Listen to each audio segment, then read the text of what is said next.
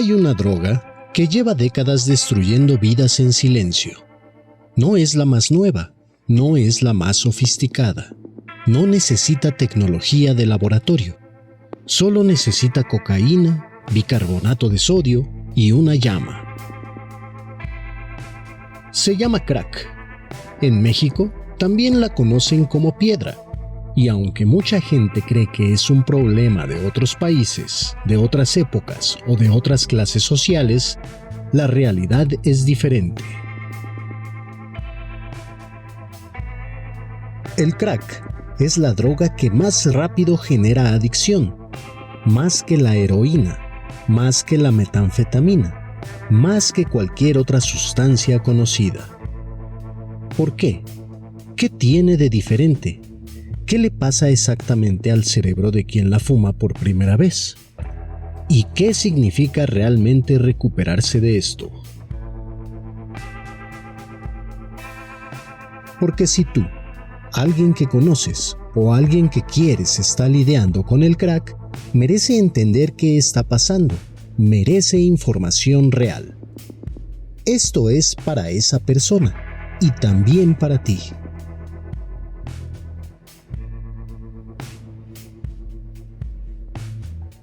Su nombre ya lo dice todo. Crack. El sonido crujiente que produce una pequeña piedra blanquecina al ser calentada con un encendedor. Ese chasquido que para quien lo escucha por primera vez no parece gran cosa y que para miles de personas se convierte en el último sonido que reconocen como suyos antes de perder el control de su vida. El crack es, en esencia, cocaína, pero modificada. La cocaína en polvo, la que se esnifa, necesita pasar por la mucosa nasal hasta el torrente sanguíneo para llegar al cerebro. Esto tarda entre 3 y 5 minutos. El crack, en cambio, se fuma. El humo entra directo a los pulmones, pasa al torrente sanguíneo y llega al cerebro en aproximadamente 8 segundos. Y esa diferencia de velocidad lo cambia todo, porque entre más rápido llega una sustancia al cerebro, más intensa y más adictiva es la experiencia. Es matemática cerebral, no voluntad.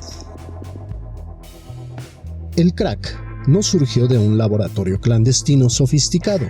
Surgió de una crisis de mercado. A principios de los años 80, Colombia inundó Estados Unidos de cocaína en polvo. Había tanta que el precio cayó hasta un 80%.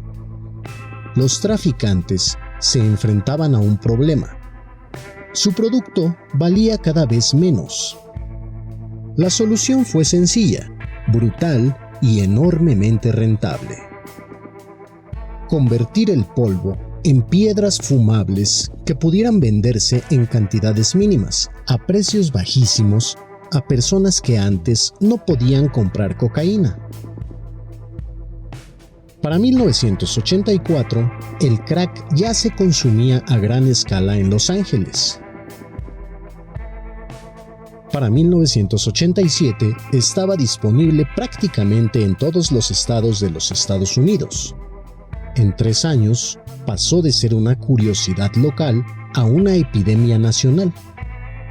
Los barrios más pobres, donde vivían principalmente comunidades afroamericanas y latinas, fueron los más devastados.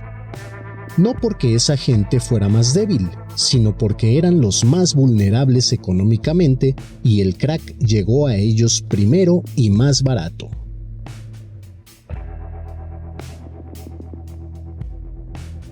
Pero el crack no se quedó en Estados Unidos. A lo largo de los 90 y los 2000 fue avanzando hacia Europa y hacia América Latina. En Brasil, la situación llegó a niveles de crisis absoluta. El país se convirtió en el segundo mayor consumidor mundial de crack, con más de 2 millones de usuarios registrados, un tercio de ellos en dependencia severa. En México, aunque el crack no llegó a los niveles de Brasil o Estados Unidos, El Sistema de Vigilancia Epidemiológica de las Adicciones, SISVEA, reportó un incremento sostenido en su consumo a partir de 2015, superando en algunos centros de tratamiento a la cocaína en polvo.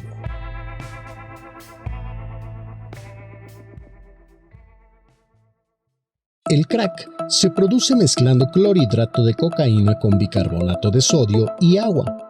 Se calienta la mezcla, el bicarbonato reacciona con la cocaína y lo que queda al enfriarse son pequeñas piedras de color blanquecino o amarillento. Esas piedras se funden aproximadamente a 90 grados centígrados, mucho menos que la cocaína en polvo, que necesita casi 200 grados. Esa es la razón por la que se pueden fumar. Y hay algo más que la mayoría no sabe. El crack que se vende en la calle rara vez es puro. Se adultera con levamisol, un antiparasitario veterinario, con lidocaína, con otros químicos que aumentan el volumen y que añaden capas de toxicidad que el cerebro y el hígado tienen que procesar solos. Esto es importante saberlo, porque cuando alguien dice que consume crack, no está consumiendo una sustancia conocida y estable. Está consumiendo una mezcla impredecible cuya composición cambia según el traficante, la región y el día. Y esta imprevisibilidad es parte de lo que hace que cada dosis pueda ser la última. Para entender por qué el crack atrapa tan rápido, hay que entender cómo funciona el sistema de recompensa del cerebro. El cerebro humano tiene un mecanismo evolutivo, diseñado para motivarnos a hacer cosas que necesitamos para sobrevivir: comer, reproducirnos, protegernos. Ese mecanismo funciona liberando una sustancia química llamada dopamina. Cuando comes algo que te gusta mucho, una cantidad de dopamina. Cuando ves a alguien que te atrae, otra cantidad. Cuando logras algo importante, otra. El cerebro aprende. Eso que hiciste fue bueno. Repítelo. El crack hace algo con esa dopamina que ningún estímulo natural puede hacer. Normalmente, el cerebro libera dopamina y luego la recoge. Es un circuito cerrado con su propio límite natural. La cocaína, y en mayor medida el crack, bloquea ese mecanismo de recogida. La dopamina se acumula en los espacios entre neuronas. El cerebro literalmente se inunda. ¿Qué siente la persona en esos primeros 8 a 15 segundos? Una euforia que no tiene equivalente humano. Una confianza total en uno mismo. Energía como si todo fuera posible. Una sensación de que el mundo tiene sentido de una manera que nunca habías sentido antes. Y dura entre 5 y 15 minutos. Cuando pasa, el cerebro ya no tiene ese nivel de dopamina y de repente todo lo normal parece vacío. Todo lo que antes te importaba parece gris y la única manera de volver a sentirte bien es fumar otra piedra. Eso es el bajón y es lo que convierte al crack en una trampa tan perfecta. No solo sube mucho, baja mucho más. El crack no solo trabaja en el cerebro, su toxicidad es sistémica, llega a todos lados. El corazón. El crack acelera el ritmo cardíaco de manera súbita e impredecible. Puede provocar taquicardia, arritmia y, en los casos más graves, un infarto agudo de miocardio, incluso en personas jóvenes y sin antecedentes cardíacos. Esta es una de las principales causas de muerte por sobredosis de crack. Los pulmones. Al inhalar el humo a altas temperaturas, el tejido pulmonar sufre daño directo. Con el tiempo, aparece lo que los médicos llaman pulmón de crack, hemorragias, acumulación de líquido, dificultad respiratoria crónica. El cerebro. Ya mencionamos la dopamina, pero hay más. El crack también altera los niveles de serotonina y norepinefrina. Con el tiempo, el cerebro pierde su capacidad de experimentar placer de manera natural. La persona no necesita el crack para sentirse bien, lo necesita para no sentirse mal. El hígado. Al metabolizar la cocaína y el compuesto AEME simultáneamente, el hígado trabaja en un nivel de exigencia que con el tiempo provoca daño hepático severo. La piel y el sistema nervioso. El consumo prolongado puede provocar un fenómeno aterrador conocido como síndrome de Ekbom.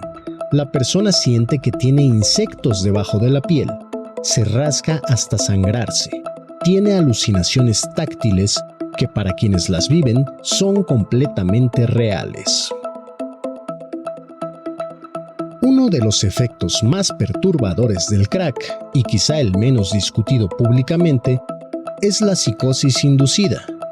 Con el uso repetido o con dosis altas, el crack puede desencadenar episodios psicóticos que son clínicamente indistinguibles de la esquizofrenia, paranoia severa, alucinaciones visuales y auditivas, delirios de persecución.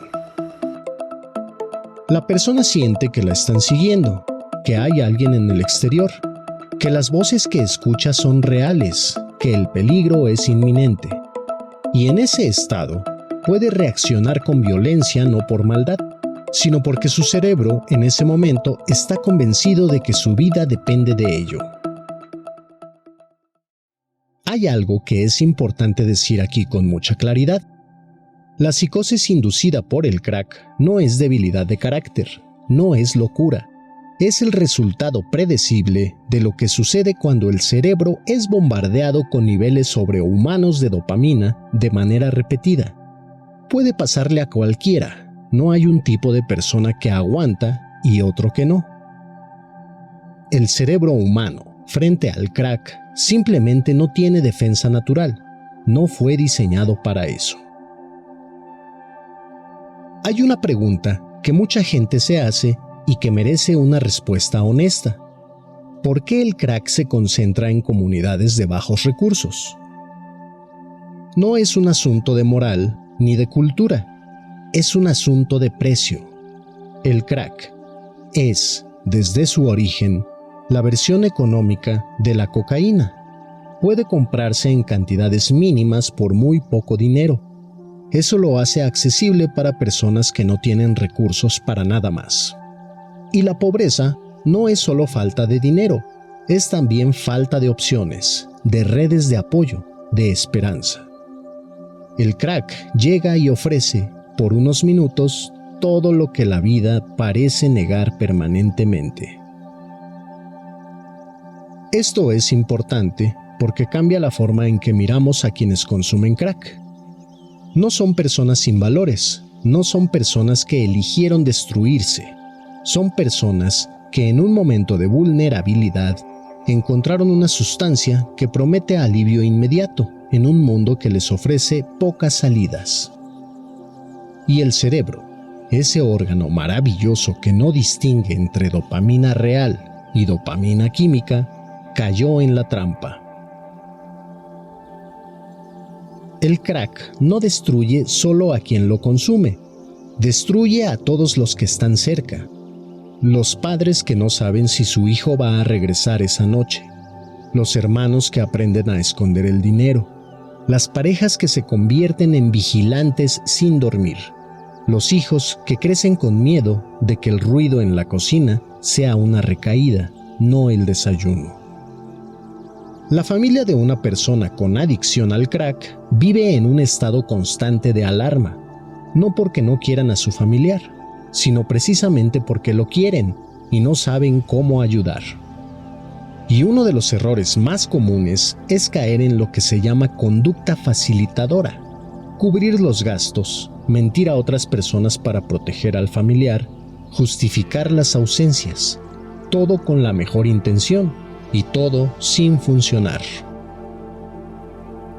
Hablaremos de eso más adelante, pero por ahora, si hay alguien en tu familia con ese problema, necesitas saber algo fundamental. No es tu culpa, no lo causaste, no puedes controlarlo y no puedes curarlo solo. Puedes, sin embargo, acompañar desde un lugar que no te destruya a ti también. Si hay algo que define la adicción al crack más que cualquier otra cosa, es la negación. No la negación como mentira, sino la negación como mecanismo de defensa cerebral. El cerebro adicto literalmente reinterpreta la realidad para proteger el acceso a la sustancia. Yo puedo parar cuando quiera. No es tan grave. Todavía tengo trabajo. Lo haré nada más esta vez. Tú no me entiendes. No sabes lo que siento. Estas frases no son excusas. Son el lenguaje del cerebro atrapado. La neurociencia ha documentado que el consumo crónico de crack altera la corteza prefrontal, que es la región del cerebro encargada de evaluar consecuencias futuras y tomar decisiones racionales. Esta es la razón por la que hablarle de consecuencias a alguien en consumo activo muchas veces no funciona. No porque no te escuche, sino porque la parte del cerebro que debería conectar esas palabras con una acción está comprometida. Eso no lo hace imposible de tratar, pero sí hace que el tratamiento tenga que ser diferente a echarle ganas o ponerse las pilas. La adicción al crack es una enfermedad crónica del cerebro, como la diabetes, como la hipertensión. Con diferencia, la diabetes no hace que el páncreas mienta sobre su estado. El crack sí altera la percepción. Y eso, precisamente, es lo que hace tan difícil y tan urgente hablar de recuperación real. Necesitamos decir algo que no se dice lo suficiente. La recuperación del crack es posible, no es fácil, no es lineal, pero es real, documentada y sucede todos los días. Hay personas que llevan décadas en sobriedad después de haber estado consumiendo crack de manera severa. No son casos excepcionales, son el resultado de acompañamiento adecuado, tiempo y voluntad informada. ¿Qué sucede en el cerebro durante la abstinencia? Los primeros días son los más difíciles físicamente. El síndrome de abstinencia del crack, a diferencia de la heroína, por ejemplo, no es físicamente mortal, pero sí produce una fatiga devastadora, hipersomnia, depresión aguda y un craving intensísimo. Entre las semanas 2 y 4, el cerebro comienza a recuperar parte de su sensibilidad natural a la dopamina. El placer ordinario empieza a volver, aunque de forma lenta y parcial. Con meses de abstinencia, estudios de neuroimagen han documentado recuperación real en la estructura y función cerebral, no completa en todos los casos, pero real. Hay mucho mito alrededor del tratamiento de la adicción al crack. Queremos hablar de lo que la ciencia dice que funciona. Primero, el acompañamiento psicológico estructurado. La terapia cognitivo-conductual ha demostrado eficacia específica para la adicción a estimulantes como el crack. Ayuda a identificar los detonadores del consumo, lugares, emociones, situaciones y a construir respuestas alternativas que no impliquen usar. Segundo, los grupos de apoyo. Los grupos de narcóticos anónimos o similares no son sustitutos del tratamiento médico, pero sí son un complemento poderoso. Conectan a la persona con otras que han vivido lo mismo y encontraron una salida. Eso tiene un valor que ningún manual puede reemplazar.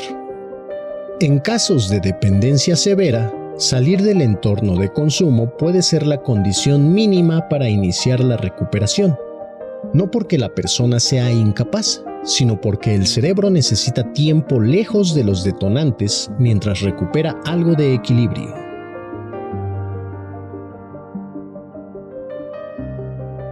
La fuerza de voluntad sola, no porque no exista, sino porque el crack altera precisamente la región cerebral que regula la voluntad y la toma de decisiones. Pedirle a alguien que se ponga a hacer el esfuerzo sin acompañamiento es como pedirle a alguien con una pierna rota que corra. El encierro sin tratamiento. Aislar a alguien no es tratamiento. El craving no desaparece con el encierro, solo se acumula. El regaño, la culpa y la vergüenza. La neurociencia es muy clara en esto. La vergüenza es uno de los principales desencadenantes del consumo. No lo detiene, lo alimenta. Si estás consumiendo crack y estás viendo esto, primero, el hecho de que estés aquí ya es algo. No importa cómo llegaste a este video, estás aquí y eso cuenta. No necesitas tocar fondo, eso es un mito. Puedes pedir ayuda hoy, en este momento, antes de perder más. La recuperación no tiene que empezar desde lo más bajo. Si alguien que conoces o quieres está consumiendo crack, lo que más ayuda no es amenazar, no es chantajear, no es desaparecer de su vida. Es poner límites claros y firmes sin dejar de amar. Es buscar ayuda profesional tú también, porque vivir cerca de una adicción también tiene un costo para la salud mental. Es no rendirte, pero sin sacrificarte al punto de destruirte. La línea con Asama, gratuita y confidencial, atiende las 24 horas. 800-290-0024. La pueden llamar tanto quienes consumen como familiares, solo para preguntar, sin compromiso, sin nombres si no quieren darlos. Llegamos al final de este recorrido y queremos que te lleves algo claro. El crack no es un problema de carácter, no es un vicio de personas débiles, no es algo que le pasa a los otros. Es el resultado de una sustancia que explota uno de los sistemas más fundamentales del cerebro humano, el deseo.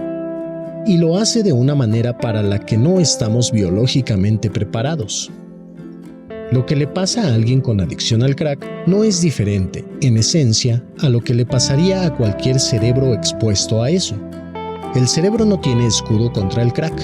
Tiene, en cambio, una extraordinaria capacidad de recuperación si se le da la oportunidad. La adicción no es el final.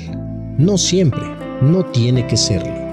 Hay personas que salieron, que llevan años fuera, que tienen familias, trabajos, propósitos, que miran atrás y reconocen ese periodo de su vida sin borrarlo, porque forma parte de quienes son. Y hay personas que están en camino hacia eso ahora mismo, hoy, esta noche.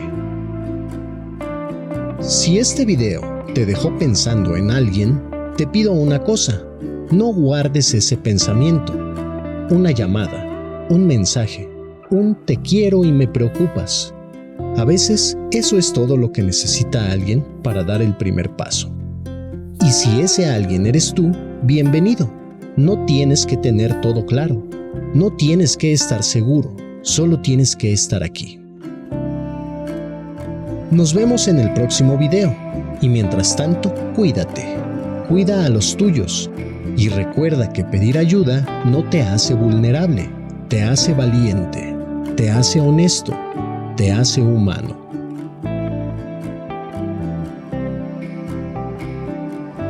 Si este video te aportó algo, compártelo. Puede llegar a alguien que lo necesita más de lo que tú crees.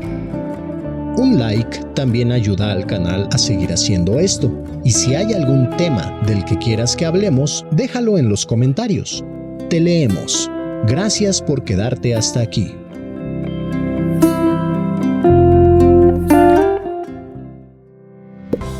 Este contenido es informativo y educativo y no sustituye bajo ninguna circunstancia el diagnóstico, consejo o tratamiento profesional. Si tú o alguien que conoces está lidiando con una adicción, buscar ayuda de un especialista cualificado es siempre el paso más importante.